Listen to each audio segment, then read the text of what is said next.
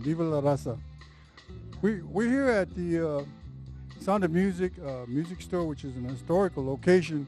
We're at 4945 Whittier Boulevard, Sound of Music record store, historical record store. And this is the location where Ruben Salazar was shot. You know, we're here to discuss Chicano studies today, and this is part of Chicano studies. Just below me here on the ground, this is the location where Ruben Salazar was shot. He fell, shot by the sheriff, shot in the head by the sheriff. He was sitting right here at a bar, and he fell down and he went to convulsions, and this is where he fell in this particular spot right here. So we're here to remember Ruben Salazar and, you know, all the great things he did for the community. He was the only reporter we had. We didn't have any other Chicano reporters. He worked for the LA Times, and he did a wonderful job telling the story about the Brown Berets and telling the story about the movement.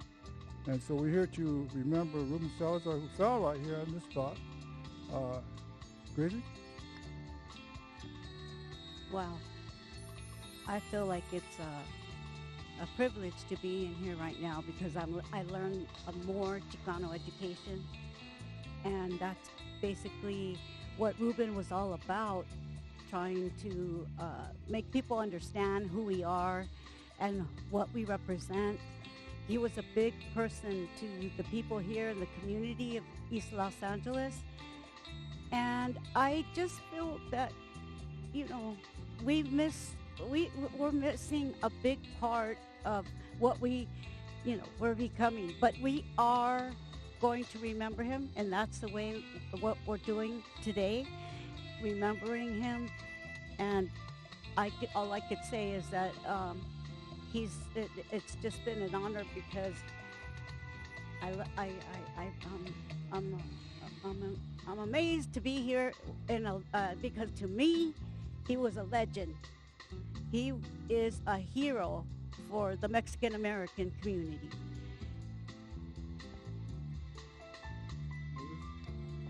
Recess, remembering Ruben Salazar. Ruben Salazar was an LA Times reporter. He would reach out to the community in which he was standing up for. Today we remember him, and that he was part of the community. The community has its leaders, and he was one of them. And I'm glad that today I learned more about him than I would anywhere else. So thank God for the Brown Beret National Party. Thank God for David Sanchez. I will want to keep his memory alive. Thank you, Ruben Salazar. Thank you for being who you are. Thank you for pointing your camera at my community and giving me a voice as well. Okay, my name is Dr. David Sanchez, Chicano Studies professor, and also developing the Mexican American University. Anyway, we're going to have some good speeches today, so please follow up and listen to what we're talking about. This is Chicano Studies.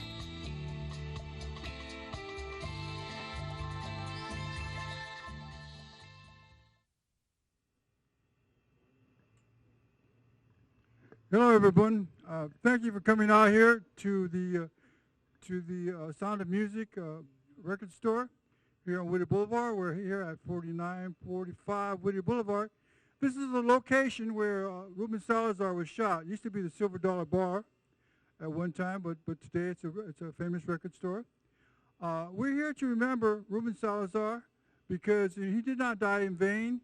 You know, he died for our community. He's one of the martyrs of our community. And we're here to remember Ruben for his contributions and his hard work.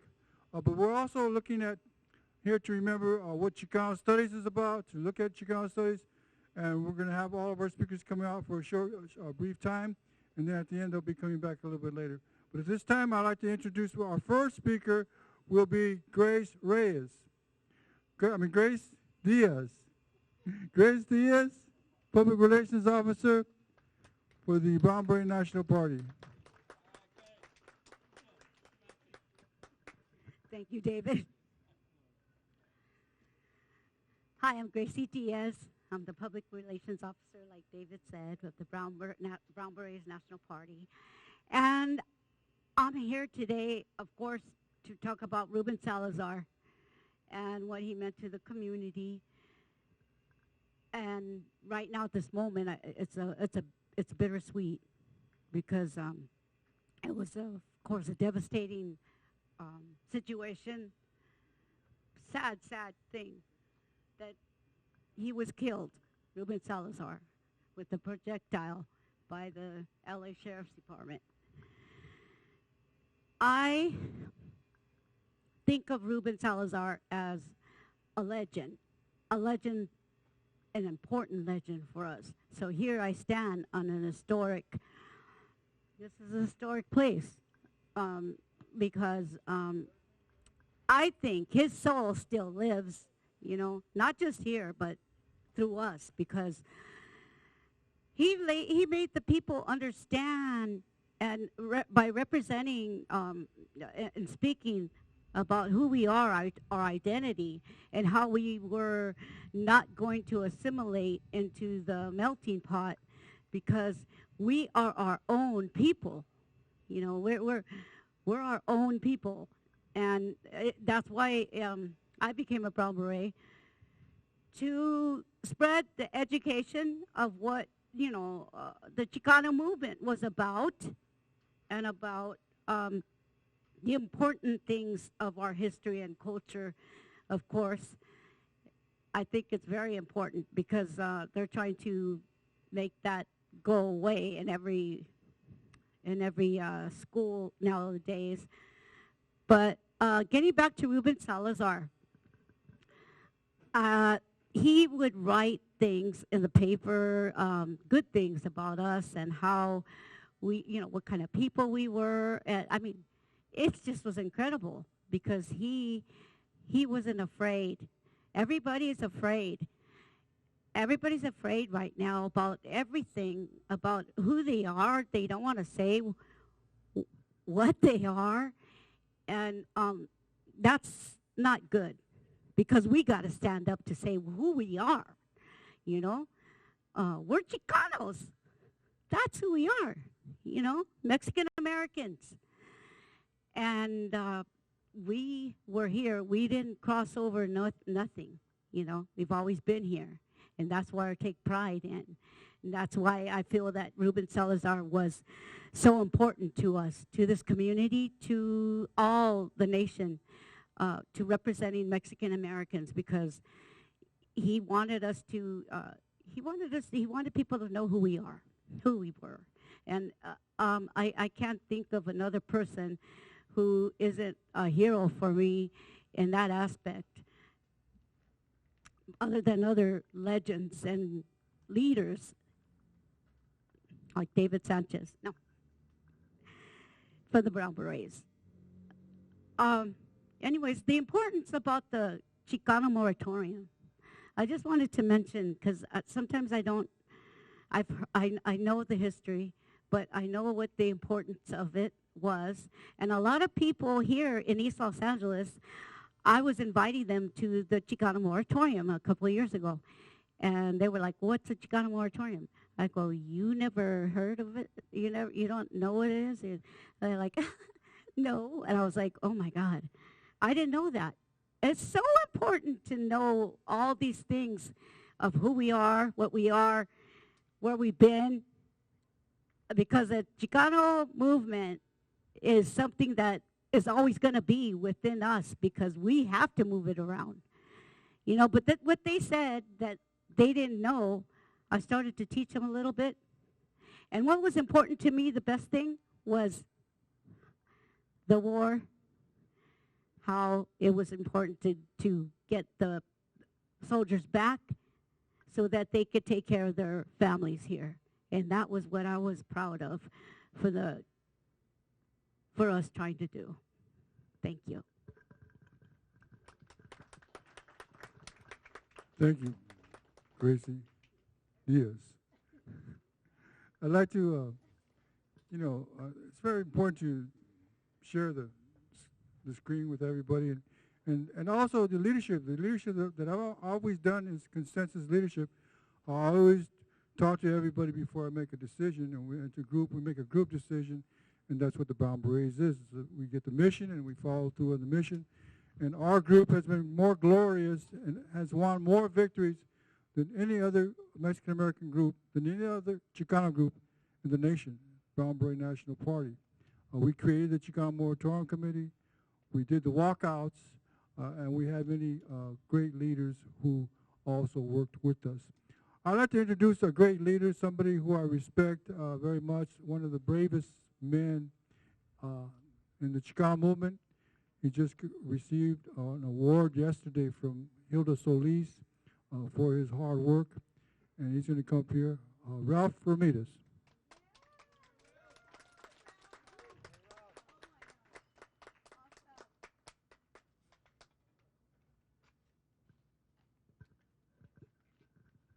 First of all, I would like to thank Brown Beret Prime Minister David Sanchez and the original Brown Beret. Looking at the group here today, I could only see three originals. David, myself, and the precursor to the Brown Berets, very few people are aware of this, was a group called Young Chicanos for Community Action, and one of the original members there was Rachel Ochoa. Rachel, would you take a bow? Okay, thank you. That was 54 years ago, almost to the day, where Rubensalazar was martyred. Right here, in those days, was the Silver Dollar Cafe. Brutally murdered with a 12-inch projectile that's supposedly for heavily barricaded suspects. It hit him right in the head and killed him instantly. And a lot of times you'll see these documentaries and the history books, they'll tell you it was a canister. No, it wasn't a canister. A canister that hit him probably would have wounded him very badly, but not killed him. But that projectile literally would have killed an elephant. And that's what they were using on Chicanos. They had no regard. They figured it's East Los Angeles, it's all Mexicans, so they're going to do what they want to do. We should also have to remember on that same day, there were at least two other martyred individuals. Angel Diaz, who was a normal grassroots person attending the moratorium, and also Brown Beret Lieutenant Lynn Ward, who was from the Enciso family from the El Monte Brown Beret chapter. So don't forget these other martyrs who were killed on that day. And I know I have to make it short, so we could pass the baton on now to the next speaker. Pero muchísimas gracias a todos ustedes. Thank you, Ralph. Thank you for your work. I would like to introduce Leilani. Leilani, you want to come up here and introduce yourself? This is Leilani. She's from Mecha. And, Viva la Mecha. Hi, everyone. I'm so happy to be here surrounded by all these great mentors. I would like to start off by introducing myself. My name's Leilani Mercado. I'm a proud Chicana. I reside in East LA. I'm a proud and involved mom to a student attending local schools. I work, I study, I advocate for positive changes in my community that will improve the quality of all our lives and your life. I promote higher education in my community. That's my #1 goal. I'm aware of the social injustices people like myself face and experience firsthand. The obstacles so many of us face, including lack of guidance at our schools, by our school systems, financial hardships, drug and gang violence in my community. Becoming aware of these systems that produce these obstacles while sitting in a community college classroom made me want to make a change. And that's why I'm here. So I recently joined the Brown Beret National Party soon after I became involved in a student club called Mecha at my community college in East LA. There I met Gracie, who is the public relations officer, and Dr. David Sanchez soon after. I'm a social science student. I attend UC Irvine. I am learning about the history of the Chicano movement, and more importantly, I am also understanding public service systems and public policies. I am actively becoming educated and involved, and this is how you can help your community too. I am surrounded by great mentors and great friends. I'm very, very happy to call these people my friends now. I'm also proud to introduce myself to my community and to leave you with a quote by Leonard Peltier, who was a Native American activist who has been in prison for 50 years for a crime wrapped in false allegations. Unfortunately, this is the false rhetoric that we must fight up against. Leonard said, "The wounds of colonization can only heal with truth, reconciliation, and justice. I invite you to join us in learning, teaching, and making justice happen in your community." Thank you for the media who is helping continue to share our truth, and thank you for the supporters for being here today. Thank you. Thank you. Thank you. Next, I'd like to introduce an educator, somebody that I've known for a long time. If you look at the book, we have some books here. In my first book, Expedition Through Aztlan, I have a picture with Rachel Ochoa. Rachel used to be a cheerleader at Roosevelt High School, but she's always cheered the movement on. She's always there. And Rachel Ochoa.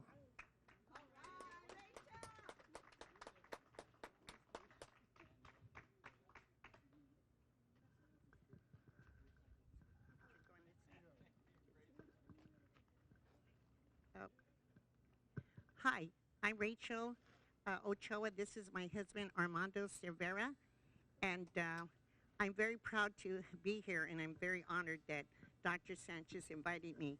And as you know, much of the movement started from the high schools. Dr. Sanchez we were in the same grade, the same classes at Roosevelt High School, which is just west of here. Also, Ralph Ramirez was in the same class with me. And what we did then, we had no idea that it would evolve 3 years later to the Chicano Moratorium. And I am so pleased that this event could be held here today to commemorate this event after 54 years. So I grew up in Boyle Heights, right on the line of Indiana. And I went to Malabar, Belvedere, then I crossed the line over back to Roosevelt. I come from a family of 11 children. 10 of us graduated from Roosevelt. One of us didn't make it to graduation. Unfortunately, he was killed. So I remember all those things, what happened at that time. But my involvement was with YCCA when we first became Young Citizens for Community Action. Then we changed our name to Young Chicanos for Community Action. Then the Brown Berets, we kind of like branched out into two groups. And actually, one of the reasons that we started off with Young Chicanos for Community Action is because we saw that there was a need in the community for more teacher models, because when we were in high school, David may recall, Ralph will recall, we had few Latino models. Nobody looked like us. We had a few whose hands were tied. So I think about this when I have lectured. I lectured at, gave a keynote speak at UC Irvine. I'm so happy they're represented here today. I'm going to be speaking at some other places. We spoke at Cal Poly, at Cal State LA. But the main impetus that we try to stress is that no matter where we come from, we need to continue that awareness and that drive and that push and that feeling, that compassion that we had. Many things have happened over the 54 years. And it was a very sad moment that we lost a great, great journalist. But yet, that plowed us and pushed us forward so that we can think about how we don't want those things to happen again. No more violence. No more lack of teachers who represent us. No more students who were failing. No more tracking system of the LA Unified School District, which they have changed now. But we wanted to make sure that children and students have an equal chance.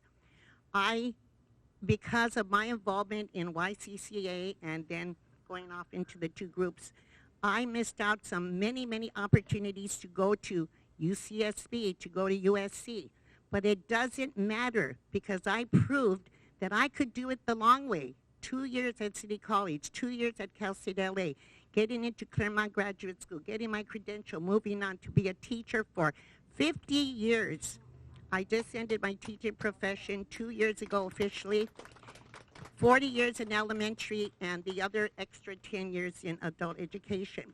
But I also owe it to my husband to remember why we had the Chicano Moratorium, because we were fighting against the war in Vietnam, and here is my husband who was fighting in Vietnam.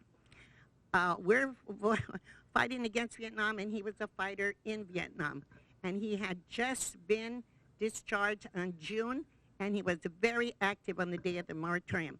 So my message to you today is that we need to remember what we did before, and you need to inspire your children. No matter how tough things get, when they have to turn in that term paper, that no matter what, they just get down and they come right back up and keep trying, because no matter what, if they can't get into the front door, what should they do? Try what? The back door. If they can't try the back door, they can try to get in where? Through a window.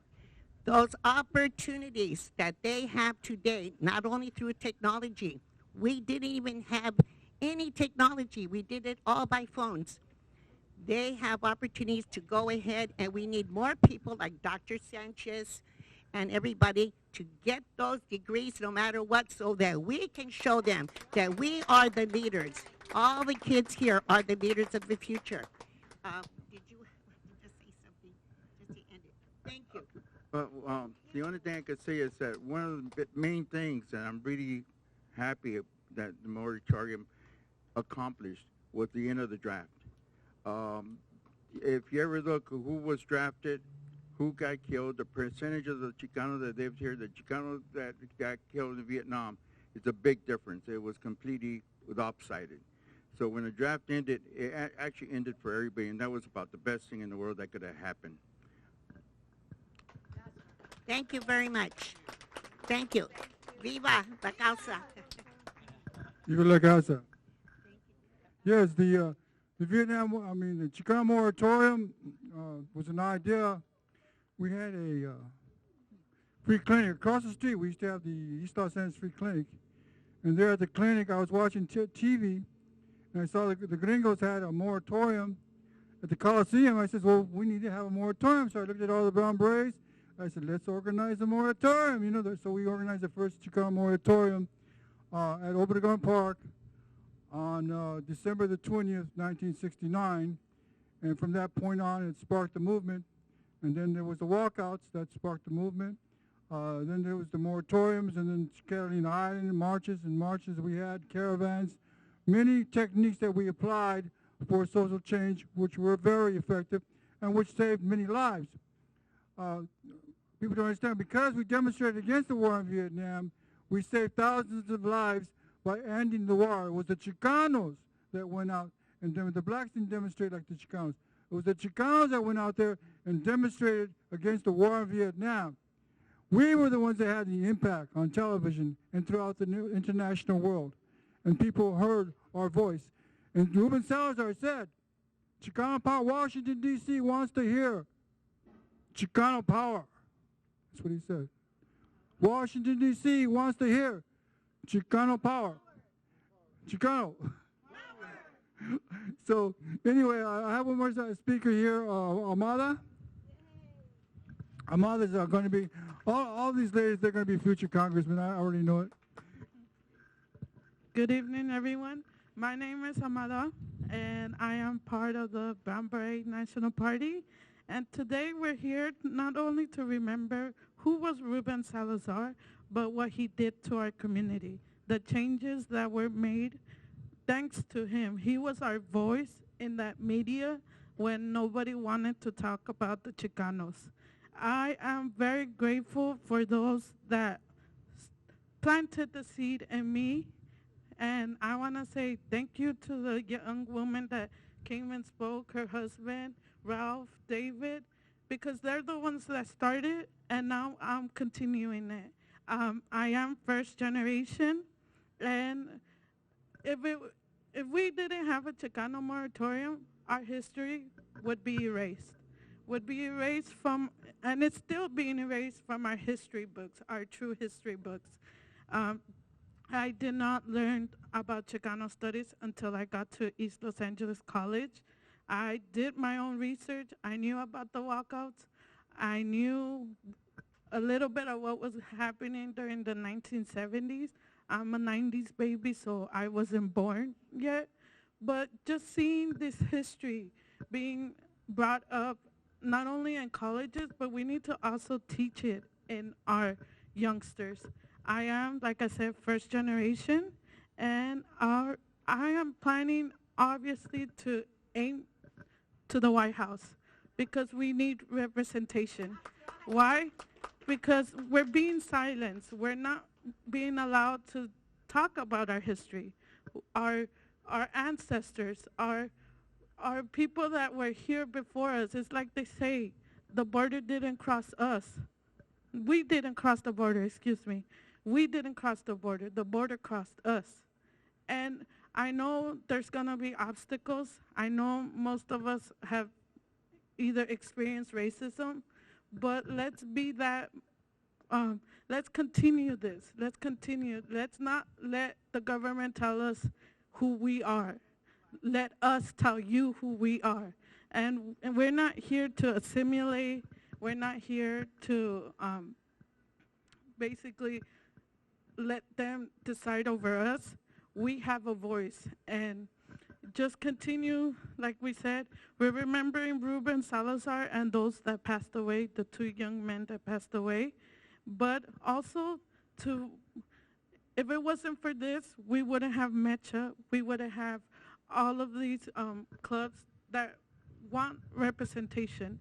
We want representation. That's the one key thing that I've always wanted to see, representation. And not only that, our history be told on those histories books.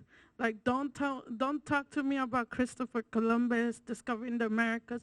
Talk to me about my ancestors. Who discovered, who was here? What was the U.S. called before? Aslan.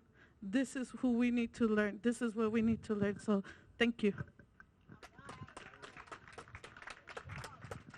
Okay, we're going to continue on with a few more speeches. Did you want to say a few words? Moses, why don't you just say a few words? Hello, my name is Moises. Thank you, everybody, for attending. Thank you for those who are here. Thank you those who are recording. We could use you guys in the future. Thanks for everybody that are here, that stood up and spoke for Rubensalazar, gave everybody a voice, gave the 2 that passed away, that were there, a voice. And thank you for accepting me as a brown beret. Okay, at this time, I'd like everybody in the audience and everybody come on up here, stand in the background, so we can take a good wide shot of everybody. So come on up here, everybody.